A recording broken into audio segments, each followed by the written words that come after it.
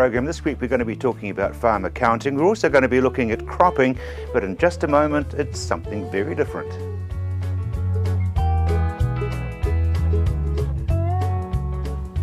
Colleen, it is something very, very different. You've got collars for dogs and cats. That's right. So tell me a bit about it, because what does it do for the pet? For the pet, it has a little frequency in there, and it seems to reduce a little bit of inflammation in the body of the animal. So therefore, if they've got anxiety or aches and pains, it helps them, especially dogs with the hind legs. It's just very good for that. A lot of dogs get arthritis, don't they? And you can see them sort of, they're limping and they're quite tight in the back. Yeah, and this just helps them ease the pain just a little bit, and gives them a better quality of life. So, different range of colours, yes, and different sizes for different sized animals. That's right. So you've got, for the large dogs, they're black or purple, and then there's tags to go on the cats and the dogs, and then also there's a dedicated cat collar as well.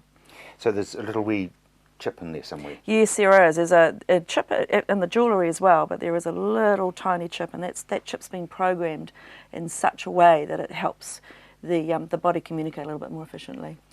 What's the sort of the price range if somebody's got a dog that's arthritic? It's $100 for the cats and the dogs, and for the equine, for the horses, that's $180. That's one trip to the vet. That's correct. That's correct. It's well worth consideration. So you're talking horses? Yes.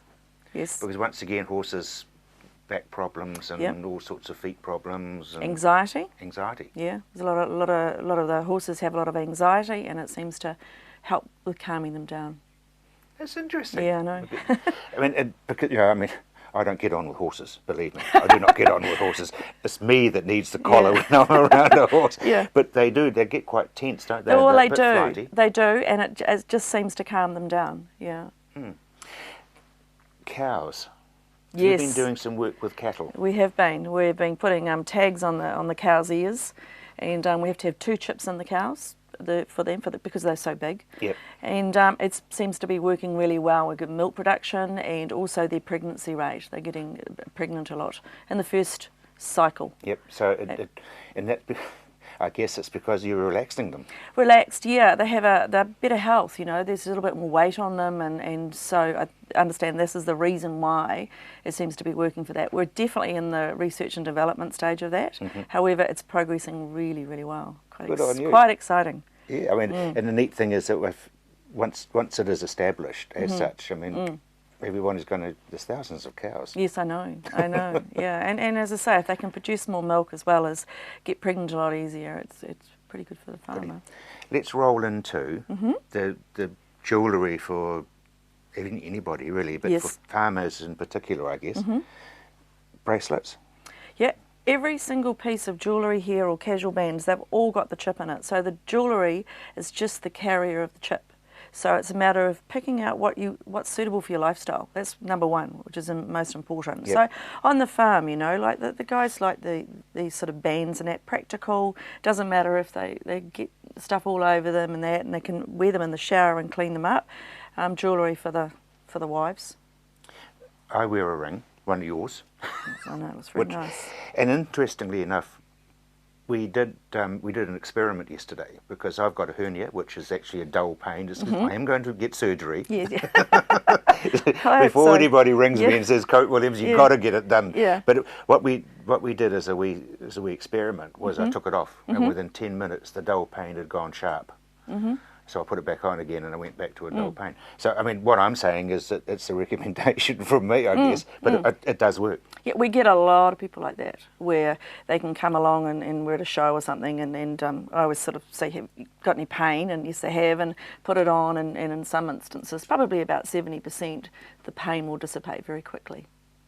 And it'll also come back very quickly as they take it off and they walk down. Well, 10 minutes. Yeah, exactly. Seriously. Exactly. And I guess coming back to my piece of jewellery is that nobody would know that it's a health thing.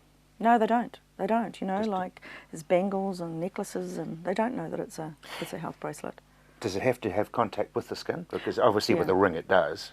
You're within 6 inches of the body, so you know you don't have to have it right on there. It can be So a little bit you loose. can wear a necklace, for Yeah, example. absolutely. Yes. And I guess the other thing is that for people, you can have a range of different things. You can have different necklaces and different bits and pieces, and just mix and match. That's correct. Yeah, you've got plenty of choices here. Because I wouldn't take mine off at night. No. Because I'd wake up in the morning. Well, that's right. You'd be stiff, and that's another thing too. Is people, if you put it on and you wear it 24/7, and we get a lot of feedback about getting out of bed. You know, as we get a little bit older, getting out of bed is a lot easier. The body just seems a little bit more relaxed, oiled. Important question. Where do people track you down? We're based in Tauranga, and we've got an 0800 number. And we're on website. But we also go to a lot of shows, so a lot of AMP shows, National Field Days, all around in different communities throughout New Zealand. Quickest way is to get onto the website. Website and shoesy.co.nz. And if you want to talk to somebody, ring our 0800 number. It's 0800 218 010. 218 010. That's right. You've got it. 0800. Exactly. Go through again, because let's look at some of these things in the front here. Now, how long? I mean, they're going to last forever, and they don't look like a piece of glamour, do they? Well, they don't. You know, like the leather bands are fantastic. However, you got to take them off when you shower, and if you're a farmer and you're buying this, I'd recommend that you buy one of those as opposed to that, and you wear that when you're going out at night time. Again, with the rings, farmers prefer not to wear a ring on the farm. Because it catches and correct, machinery and all that sort of thing. Correct. So they seem to go to that way, and they also too, we had them in that style for the ankle as well. So an ankle bracelet. an ankle bracelet. Yeah, and there's no court demanding that you wear one. No, there's not. No. And I'm not sure how easy it can cut it either. However, yeah. And then of course you've got this range of bracelets down Yeah, here. the cuff bracelets. Yeah, again, that's all the stuff that you don't want to wear out at night time. Yeah, not on the farm. These things here you could easily wear on the farm. And for the wives, the earrings are great because they look good. They're easy to wear, and small, and do the job. If you've got something which is quite severe pain, is there a heavy duty kaboomfa one? We do actually. This one here, it has more chips in it. It's like that, and so you can wear that, and I call that the granddaddy of it all, and it's got germanium in and positive negative ions and a Shoesy chip. So if you've got a lot of pain, it's worth consideration for looking at that. Yep. Now the interesting thing is that in years gone by, people have had magnets and God knows what, and they've had bed covers with magnets in them. This isn't a magnet. No, it's not. It's new cutting edge technology.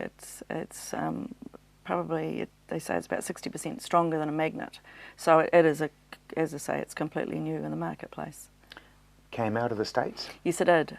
Designed by a gentleman in the USA and San Francisco, and and then we got it over here, New Zealand. So coming back to the animals, I guess it's any sort of animal. It's the cattle, it's the horses. Dogs, cats, yes. And once again, we don't know how long they're going to last, but they'll be on there for the lifetime of the animal. Well, yes, because we don't know how long they're going to last. However, I've seen them here in New Zealand, 5 years old, and they're still strong. Which is absolutely astounding. Yeah, it is really. It is. And Colin, your success rate's very high? Very, very high.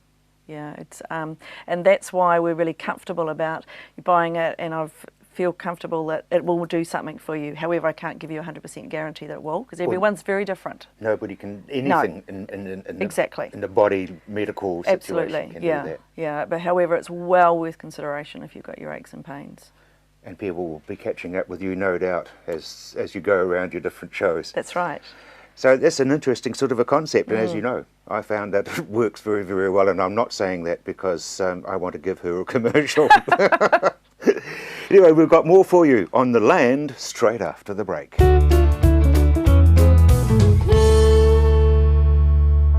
Be Active begins here. in the cold, clean, unpolluted southern oceans of New Zealand. Be Active Amino Acid Biostimulant. Natural, 100% pure. Manufactured from healthy deep-sea fish from sustainable New Zealand fisheries. New Zealand's Be Active Amino Acid Biostimulant. The way the world is growing. Working with nature. Good for the plant. Good for the planet. Now that's growing for good. We'll get you thinking, think water. I think it's all working well, Jack. My thoughts exactly. We'll get you thinking, think water. This is exactly what you need. I think that'll do the trick. We'll get you thinking, think water. It's all looking good. Did you bring the sauce? I can't think of everything. We'll get you thinking, think water. For real ideas and real solutions, just think water. I've been reporting on farming matters on the radio and newspapers and on television for 40 or so years, but communication, like farming, has moved on. So we've come up with On the Land, online and through YouTube on any screen, anytime and anywhere. Just push play and see and hear what's happening today in our rural community. You'll learn and be informed about the latest and best information farming matters. On the Land, bringing farming information into the 21st century. So join us on our website, ontheland.co.nz. You know that saying, content is king? Well, in today's mixed media world, it's true. You need video, audio, photos and more for social media, for marketing, for communications, sales and for advertising. And you need this at a price that works with your budgets. Well, that's what we do. At Tandem, we partner with you to create the content that you can use to shout to the world or video link to a few. Connect with us and we'll help you connect to the world.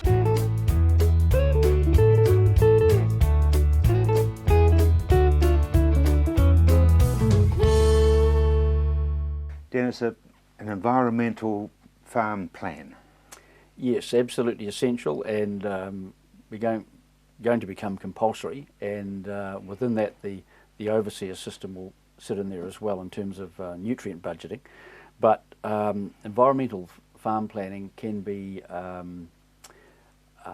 very constructive, very good, and a good exercise to go through. We did a bit of an exercise with Foundation for Arable Research, and I must congratulate them on picking up the gambit and bringing it to arable farmers to draw our attention to the necessity for a plan and to work through it with us. And some of the things they were talking about were things like decide on what risks you have on your farm. You won't have all the risks in the book, but you'll have a variety of them. A variety of them, yeah, which will be common to most farms, but some will have slightly different ones. Think about those risks, talk about them, plan around them. Don't overpromise within your plan of what you can do or can't do, because some of it may just take a long time or may be impossible. But certainly there's a lot of things you can do to mitigate those risks, and give yourself time and consider the cost of implementing that plan, because it will take time and it will cost some money, and things have to be purchased, things like good chemical storage, that type of thing. Because that was been set in place a long time now, hasn't it, chemical storage? Oh, it has indeed, yes, yes, and not all farmers have come up to the bar, but certainly in terms of segregation and volumes you're allowed and those sorts of things, that's another level again. Yeah. Soil fertiliser sort of control and flow? Testing? Yes, Rob, on a lot of, or most soil testing that's done for nutrients, it's sampled at 150 millimetres, which is 6 inches, and what the fertiliser reps are telling us that what's down there is quite different to what is halfway down there at 75. So if farmers are concerned at their say Olsen P levels are low, the experts tell us if you sample from half that depth, they will be double that level.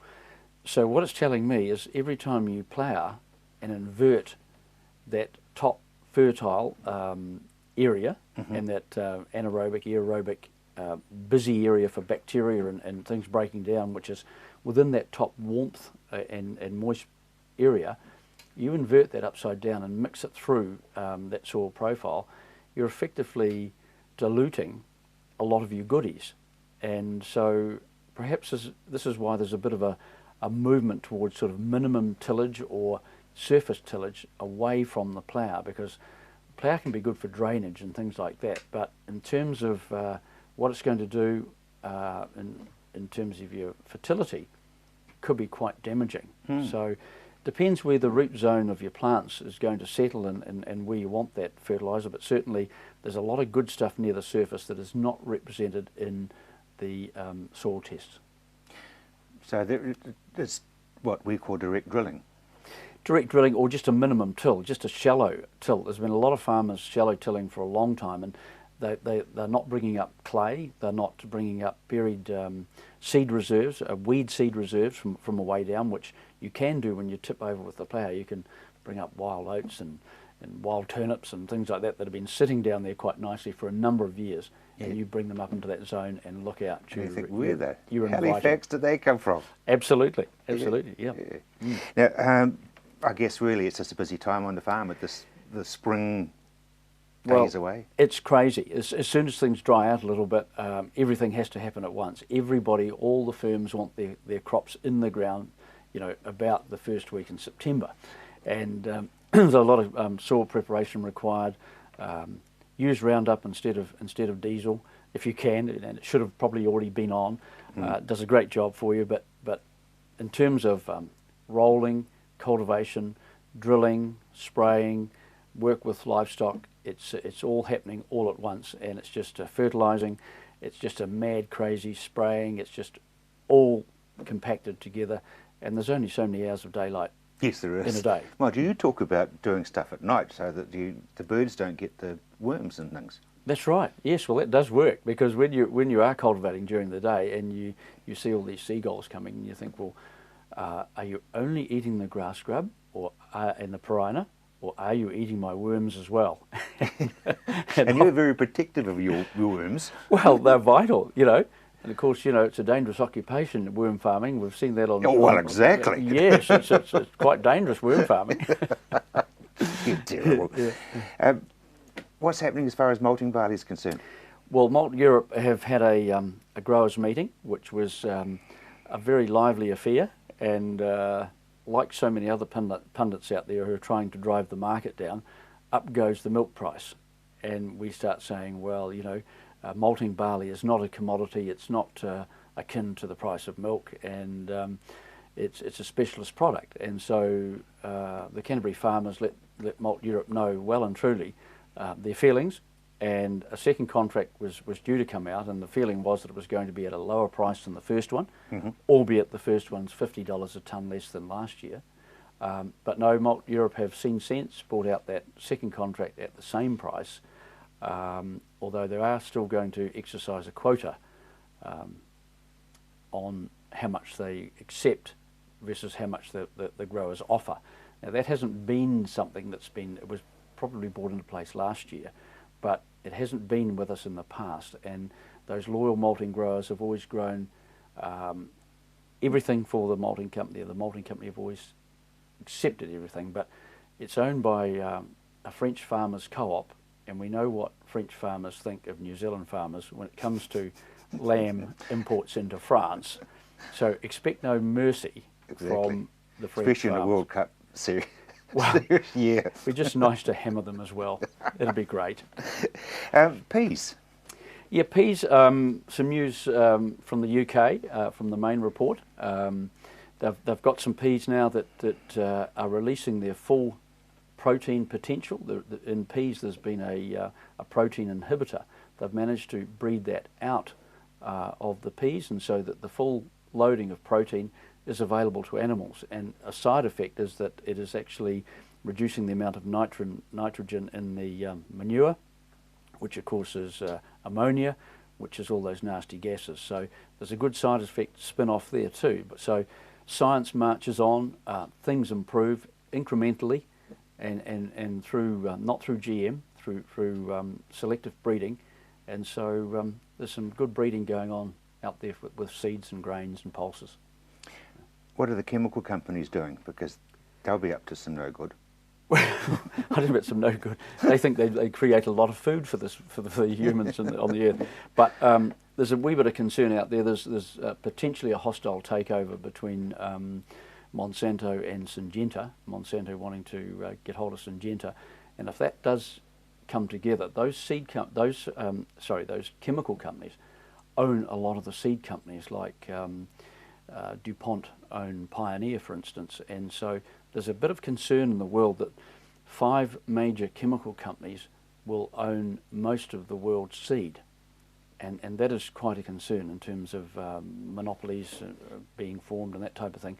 But the seed companies are seeing seed as a transportation mechanism for chemicals, to get those chemicals into the soil, and it's far more environmentally acceptable than, say, aircraft or helicopters flying around spraying chemicals everywhere. So they see seed as the transportation mechanism, and so that's the interest, and they can do so many things with seeds. It's just amazing what they can do with seed now, and apart from seed coating. Apart from seed coating. Dennis, thank you very much indeed. We've got more for you on The Land straight after the break.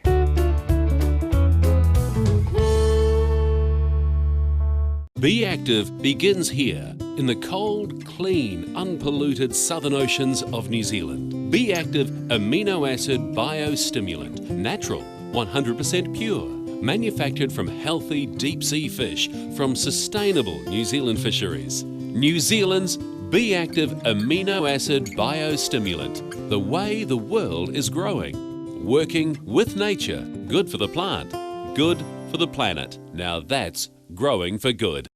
We'll get you thinking, think water. I think it's all working well, Jack. My thoughts exactly. We'll get you thinking, think water. This is exactly what you need. I think that'll do the trick. We'll get you thinking, think water. It's all looking good. Did you bring the sauce? I can't think of everything. We'll get you thinking, think water. For real ideas and real solutions, just think water. I've been reporting on farming matters on the radio and newspapers and on television for 40 or so years, but communication, like farming, has moved on. So we've come up with On the Land, online and through YouTube on any screen, anytime and anywhere. Just push play and see and hear what's happening today in our rural community. You'll learn and be informed about the latest and best information farming matters. On the Land, bringing farming information into the 21st century. So join us on our website, ontheland.co.nz. You know that saying, content is king? Well, in today's mixed media world, it's true. You need video, audio, photos and more for social media, for marketing, for communications, sales and for advertising. And you need this at a price that works with your budgets. Well, that's what we do. At Tandem, we partner with you to create the content that you can use to shout to the world or video link to a few. Connect with us and we'll help you connect to the world.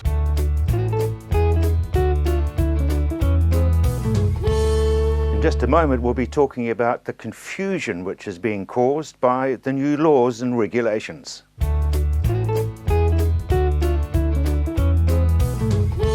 Richard, some interesting changes as far as farmers are concerned in New Zealand. A lot of environmental regulation changes right throughout New Zealand, part of the Resource Management Act changes through land and water plans. What it's doing is putting quite a burden on to, or from Ravensdown's perspective, looking at our expertise around soil management, running the overseer model, which is a nutrient budgeting model. So much of the regulations now phrased around that, that we're finding a lot of pressure on our teams. We have 70 agri-managers, for instance, doing work on farms, traditionally working with overseer. But the regulatory context it's now being put into is making a real difference to how we have to operate. The things that are kind of catching us out in terms of quantum is, say, using Canterbury for example, quickly moving to new systems where we could be anticipating up to 2,000 existing farms needing a resource consent to operate. That's looking at their nitrate leaching and modelling their farms around their nitrogen losses. farmers also having to do baselines to understand where they are now, kind of in this grandparenting regime where between 2009 to 2013 it sets their levels of what their nutrient loss is, which depending on the rules within their own area may not be able to be exceeded. And so there's a lot of work in that's 4 years of old data, forming a new overseer model, calling it the baseline. Then after that you might need to do annual updates to check that you're compliant with the figures from those benchmark years, 2009 to 13. And then on top of that, we've got a lot of discussion around farm environmental plans, which is also being encouraged, not just in Canterbury, but right across New Zealand. All of these things are quite labour intensive, and the numbers involved, because of the number of farmers involved across all catchments, is so high that the skill level requirements are high and the resources are somewhat limited. So it's really just a case of not enough feet on the ground? I think with the way some of the regulation is going, that will be the final outcome. There just will not be enough feet on the ground. So from Ravensdown's perspective, we've prioritised where we want to focus, and that's been around adding value around overseer and the nutrient budgets there. We've tackled it from two angles. If a farm is having to go for a consent, we've developed a Ravensdown Environmental, a very specialist team that helps through the consent process. If it's more around the baseline, just trying to get the standard data together, where assuming the farming system doesn't change too much, then they should be able to hold within the baseline. We're looking at a nutrient budgeting processing team to do that work, which is helping to collect the data from the farmers, linking back with the agri-managers to help get the nutrient budgets back to the farm for the past tense. So that's one angle that we're trying to cover off. Farm environmental plans we think are going to be quite problematic because of the intensity that they have to be developed with on farm. So maybe we'll be working as Ravensdown with the nutrient budget portion of that and relying on the farmer and maybe the support agencies such as the industry bodies like Dairy NZ, Foundation for Arable Research, Beef and Lamb, to help put frameworks and templates together for farmers that they can really take their own steps to establish a farm environmental plan, or say in the case of dairy industry, a sustainable milk plan with each farmer. So I think if the farming industry was to rely too heavily on external consultants for that, it would really, the capacity is just not there to see that through. We're very good at doing letters to mean a word. What the hell is MGM? MGM is a different concept again. MGM is, in the Canterbury environment, Canterbury context, is a new layer that they're looking at on top of their current regional planning regime, which is called Matrix for Good Management. It's looking at best practice, and a lot of those best practices will be incorporated into the farm environmental plan. That side of it, I think, could work quite well. Where it gets rather more complex is to establish the MGM process. They're looking to take nutrient budgets and flow them through into a portal, and that portal will then tell you what level of nutrients your type of farming system should be emitting or not emitting, and then farming within that. So the complexity around that is yet to be elaborated on, in that we'd have to wait for a plan change for that to come through. But there's still plenty of work in that space that Environment Canterbury and sector groups have been working on. But in all fairness, it's another layer of complexity that will take some getting used to by the industry, the farming industry and those that service the farming industry. Richard, what's going to happen if it doesn't happen because there's a lack of feet on the ground? In the worst case, the farm is left not compliant, and that's not ideal. Usually with these situations, some pragmatism comes through, and the councils would also have to recognise what limitations are there. Some of the regulatory changes they can make also improve that situation. For instance, simple things like rules that say you must do an annual nutrient budget versus rules that might say do it every 3 years if your farm context hasn't changed too much. So we've seen some involvement in evolving of plans to cover that. For instance, the Salmon Te Waihora subzone plan of Environment Canterbury has put a little bit more scope in there not to need everything annually. So in the end, I suspect it falls back to the regulators to also make their plans practical and implementable. At the moment, I think there's a little bit of a gap in that positioning. Richard, can you just recap on what Ravensdown's doing either voluntarily or now for sort of paid advice and help?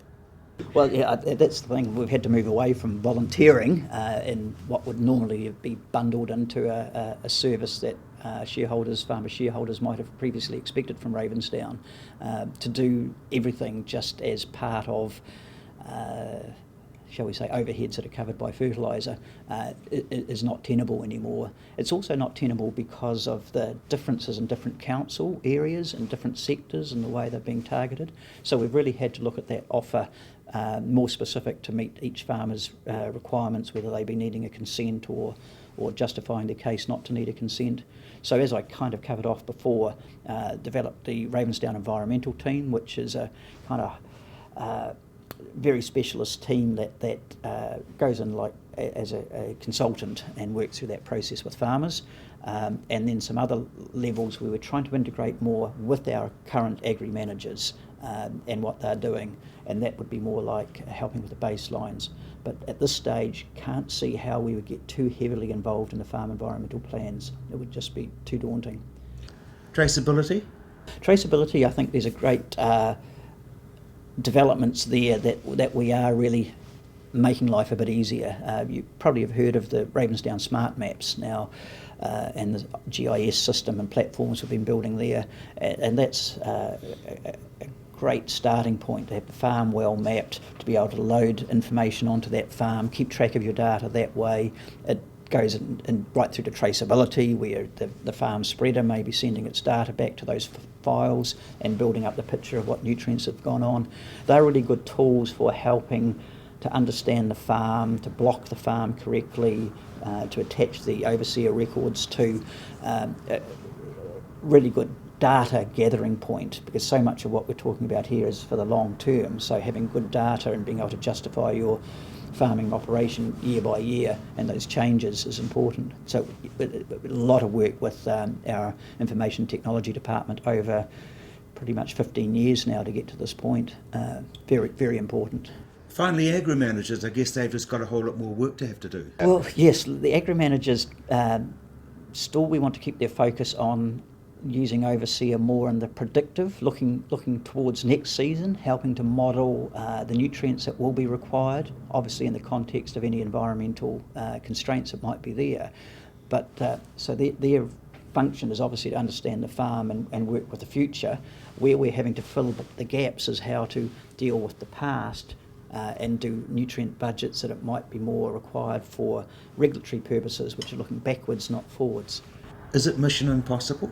It's a mission ultra challenge. And look, if every council in New Zealand, regional council, was to layer out the intensity of rules and changes we're seeing in the Canterbury context, it would be mission impossible. So we're hoping that pragmatism will prevail, and working closely with the regional councils around New Zealand, we can strike that middle point which we can actually deliver on as an industry, a service industry, and rural professionals can deliver as well. Very, very confusing subject, but he actually managed to make a bit of sense out of that. In a moment we're going to be talking to one of the very good share milkers who in 2012 won the title.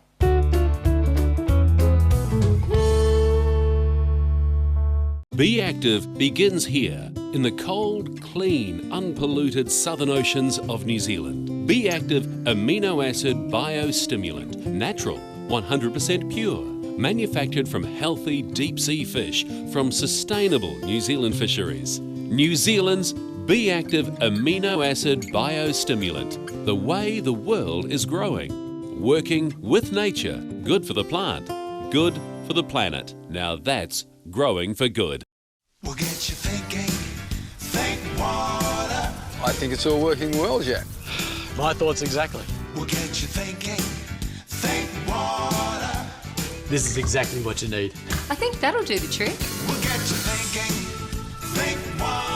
It's all looking good. Did you bring the sauce? I can't think of everything. Think water. For real ideas and real solutions, just think water. I've been reporting on farming matters on the radio and newspapers and on television for 40 or so years, but communication, like farming, has moved on. So we've come up with On the Land, online and through YouTube on any screen, anytime and anywhere. Just push play and see and hear what's happening today in our rural community. You'll learn and be informed about the latest and best information farming matters. On the Land, bringing farming information into the 21st century. So join us on our website, ontheland.co.nz. You know that saying, content is king? Well, in today's mixed media world, it's true. You need video, audio, photos and more for social media, for marketing, for communications, sales and for advertising. And you need this at a price that works with your budgets. Well, that's what we do. At Tandem, we partner with you to create the content that you can use to shout to the world or video link to a few. Connect with us and we'll help you connect to the world.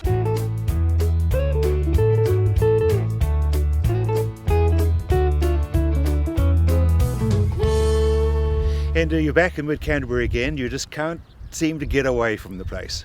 I think this is our new home. It's always been our home, and anytime you're in control of the water where you can pump it from the ground, that's the place to farm. So tell me about your new operation. Yep, our new operation here is 255 hectares dairy platform, 85 hectares of runoff, and we calve about 1,100 cows through a 50 rotary. And as you can see on farm, Rob, we're right in the thick of it already. We've probably calved on this 3rd of August, we've calved 485 cows. So we're just over a third of the way, and all's going well so far anyway.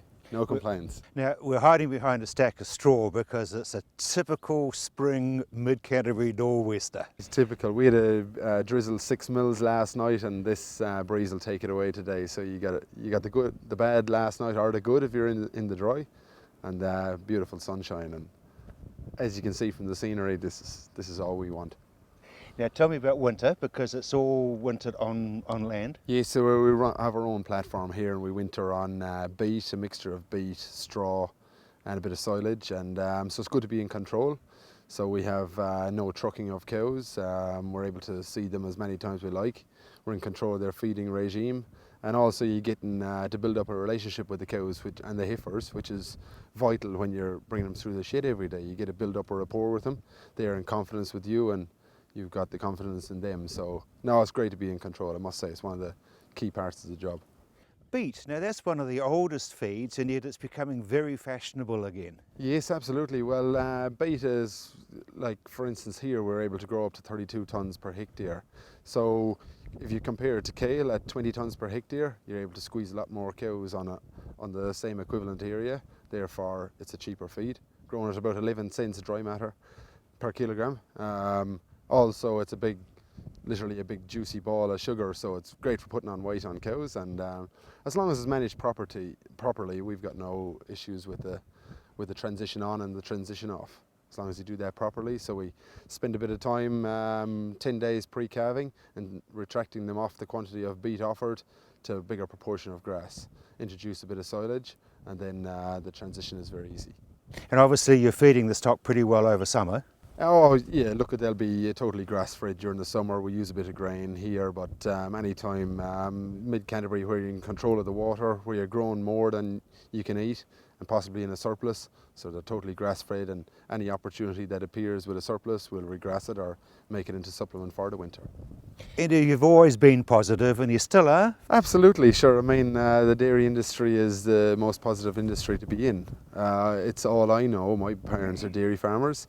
Sure, the payout is not as flash as it has been over the last few years, but a lot of people are slow to remember the fact that 2 years ago we had an $8.30 payout.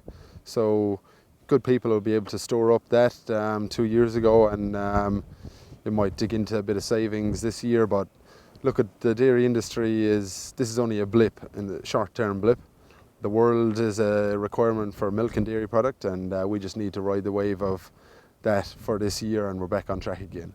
But being Irish and being positive and being a Kiwi is all wonderful.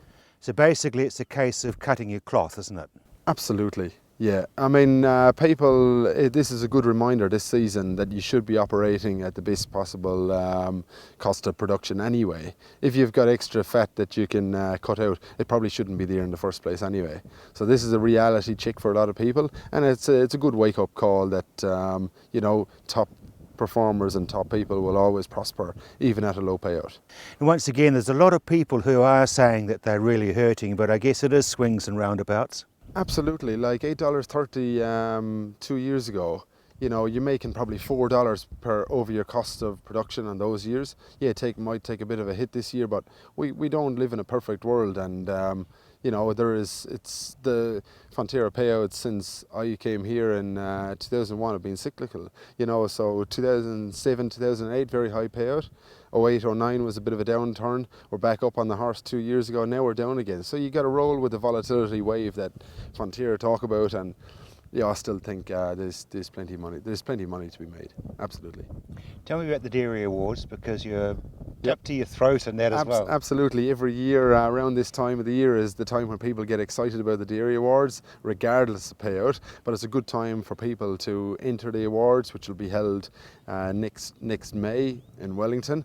And like at the moment now, people will be focusing on their business, and the Dairy Awards is one way that has sharpened our toolbox and getting all the facets of our business right. Not only the on-farm performance, but stuff like staff management and health and safety, which are very important in today's world. So upskilling yourself through the Dairy Awards, it's a free assessment of yourself on farm, and anytime anybody's got a chance to enter that is wonderful. And as you know, Canterbury's got a unique, we're spoiled for choice with good contestants from here who have a good run at nationals, and like Canterbury currently hold the current Sheer Milker of the Year and the Young Farmer of the Year. So you know, what a place to farm. I guess you learn as much as you ever give away by being involved with the awards. Yeah, well, it's always about sharing too. I mean, good people should never share any of their information. It's one of the things that attracted me to A, enter the awards, but B, also make me feel at home in New Zealand, and that nobody that I've ever asked for assistance has ever closed a deaf ear to me. People will always help you, tell you how they got to where they are. And I've got a business mentor, Ray Seabeck in Dunsandel, and he's always been first hand to, at the end of the phone, if I want to say, what should I be doing next year? Should I sell my cows? Or what's the market for this? So you just got to lean on the right people, and the right people will always help. So really, the industry is in good heart, even though there's a fair bit of negativity around. Yeah, but there's always negativity, and it's sometimes negativity breeds negativity. You just gotta ride the wave. And no, I disagree. At a Springs day like this, when we're calving 35, 36 odd per day, and seeing new life being born every day, that's why I farm. It's not all for the money; it's for the lifestyle. I get to hang out with my kids during the day. I got a child seat in the truck, and no better way to have family on farm while doing what I love. And mix with the right people, the positive ones.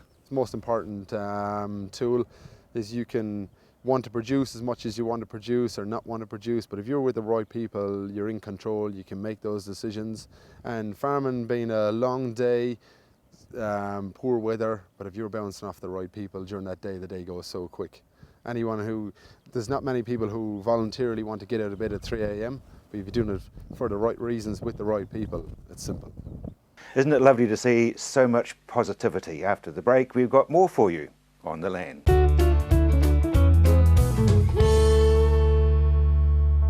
Be Active begins here in the cold, clean, unpolluted southern oceans of New Zealand. Be Active amino acid biostimulant, natural, 100% pure, manufactured from healthy deep sea fish from sustainable New Zealand fisheries. New Zealand's Be Active amino acid biostimulant, the way the world is growing. Working with nature, good for the plant, good for the planet. Now that's growing for good. We'll get you thinking, think water. I think it's all working well, Jack. My thoughts exactly. We'll get you thinking, think water. This is exactly what you need. I think that'll do the trick. We'll get you thinking, think water. It's all looking good. Did you bring the sauce? I can't think of everything. We'll get you thinking, think water. For real ideas and real solutions, just think water. I've been reporting on farming matters on the radio and newspapers and on television for 40 or so years, but communication, like farming, has moved on. So we've come up with On the Land, online and through YouTube on any screen, anytime and anywhere. Just push play and see and hear what's happening today in our rural community. You'll learn and be informed about the latest and best information farming matters. On the Land, bringing farming information into the 21st century. So join us on our website, ontheland.co.nz. You know that saying, content is king? Well, in today's mixed media world, it's true. You need video, audio, photos and more for social media, for marketing, for communications, sales and for advertising. And you need this at a price that works with your budgets. Well, that's what we do. At Tandem, we partner with you to create the content that you can use to shout to the world or video link to a few. Connect with us and we'll help you connect to the world.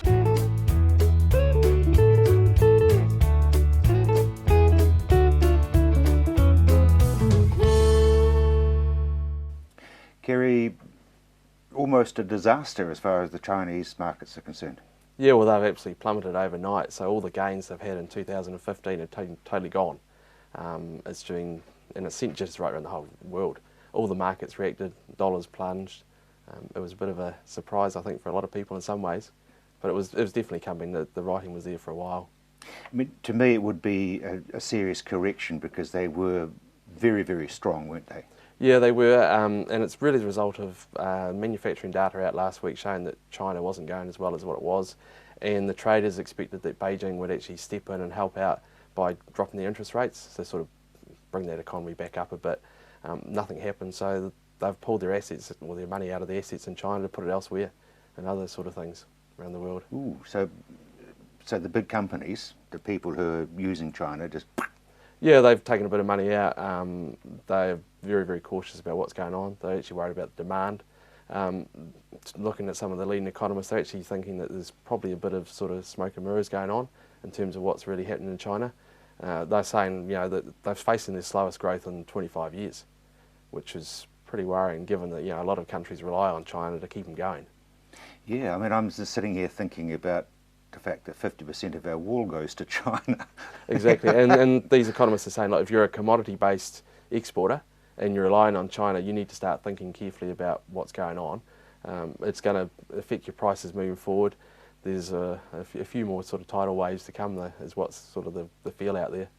And you mentioned, Kerry, that the dollar is being affected and it's going to get volatile? Yeah, the dollar plummeted overnight and bounced back up, but some of the leading bank economists are coming out saying, look, you know, it's going to be a bit like that, it's going to be quite volatile. So your timing of when you're going to do your deals is going to be quite crucial, and whether you're going to hedge or not, and all those sort of things that you need to look at your foreign exchange policies and see what you want to do. For the layman, how do you do that? Who do you go to for advice? Because you could lose a lot of money or gain a lot. You can. If you want to get into it, the best place to start with the banks. They've got specialists in it, and they can give you all the guidance. They can give you scenarios, show you what happens if you come out the right side, the wrong side, the impact of which way the dollar moves. So you start with their foreign exchange specialists. I know that guys like Brent Rawston, for example, will leave money in the States and then bring it over when the dollar's right, and all those sorts of things. Yeah, I've got a few people like that. They've got money sort of tied up around the world, and they'll wait till it's just at the right time and bring it over. So some of them have had it sitting overseas for 2 or 3 years, just waiting for this correction, really. And of course, it's invested over there anyway, I assume. Yes, but they'd rather have it here in their own control. But you've got to wait to get the biggest gains, really. Yeah. So your advice really is to talk to either your accountant if you get on really well with him or her, or your bank. Yeah, but if you get into the hedging type thing, the bankers, they've got the real specialists in there. That's scary stuff, isn't it? Yeah, it is. Yeah, it's getting into some big player types things if you're getting into that. Yeah. So we'll watch with interest. We've got through Greece, and now we've got China. Yeah, although Greece is still looming because they are heading towards elections.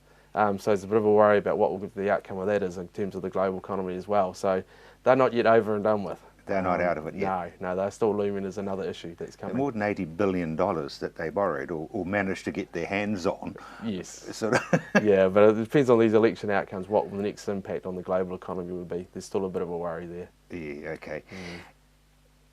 Aussies coming to New Zealand? Yeah, we've had the Treasurer from Australia, Joe Hockey, come out and sort of said he's a bit worried about the fact that more Aussies are moving to New Zealand, especially the high net worth ones, purely because of the tax rates. So in New Zealand, our top tax rate is 33%. Over there, it's 45%, plus there's a couple of levies which effectively bring it up to 49%. So if you're a high net worth person, you're paying a lot of tax over there. Now, people say, oh, so what, you know, they're moving here. Well, it does have a bit of an impact here, because they're obviously got to buy property, which keeps those property prices up. And you know, you've got your Chinese investor at the moment coming in with low interest rates, so they're buying up property as well. At some point, there may be a correction, and that's where the impact will actually hit the whole economy. So when you say a correction? Well, some people call it a property bubble that's going to burst. Yeah. Depends on how big that correction is. If it's a slight one, then it may not be too much felt around New Zealand. But if it's a significant drop in prices, we're going to have banks that are looking, you know, customers sitting there over leveraged on their borrowings. The dollar could drop. You know, interest rates may have to come up to support the dollar. Yeah, there's all sorts of things that you know, eventually will flow through it down to the farm as well. What are the jungle drums saying about farm prices, if anything? The ones I've seen are relatively sort of stable, but there's a bit of a movement down on, you know, depends on the type of property, really. But they seem to be sort of stable or a little bit up. But that sort of, because it was a pretty steep curve at one stage. It was, yeah, and levelled off. There's areas where there's still a good demand going on, but with, you know, all the prices where they are at the moment, it just sort of, it's slowed it down a little bit, it'd be fair to say. Yeah. An interesting time to be a farmer, isn't it? Yes, indeed. Get back to more practical things. Let's talk a wee bit about sort of GST and what you're allowed to do and what. I mean, I know this is bread and butter for you, but for a lot of people, they're inclined to sort of say, well, I'll just GST everything that goes into the house. And that's Yes, not right. yeah, no. On a farm, you definitely got to make some adjustments. So, personal type expenditure. So, if you go down and buy some stuff to go and do some sort of a sporting activity, for example, you know, rugby, some of them play that, that's not claimable. Unless you can say it was protective clothing, of course. It should be hard push, but you know, and really for the house, anything to do with the house, effectively as a farmer, you get 25% of it for GST, and the other 75% you cannot claim. You've got to basically put that aside. And obviously, the whole 100% of the house's power and thing isn't really part of the farm. No. The house, you've got to make that farm allowance of 25%. You can't do this 100% of this and that. The only exception is your phone. You do get all of that if it is a farm phone. So yeah, that's the only difference there. Do farmers who use their utes on the farm and then drop into town, do they need logbooks and all that sort of stuff? Not if it's for the farm.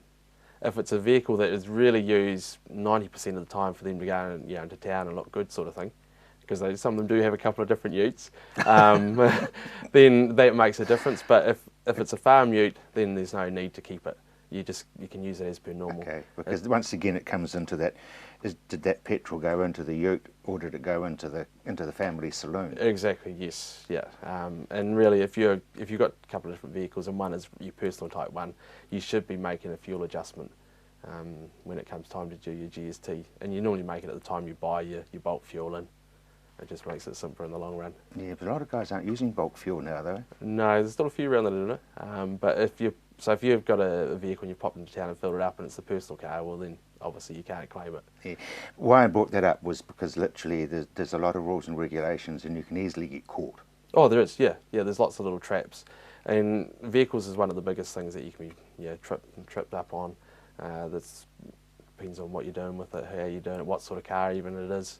Whether you're a company or not, there's all sorts of traps. So if you're looking at vehicles, the first step is actually ask your accountant what the implications might be, and if there is any implications, what's the best way around them?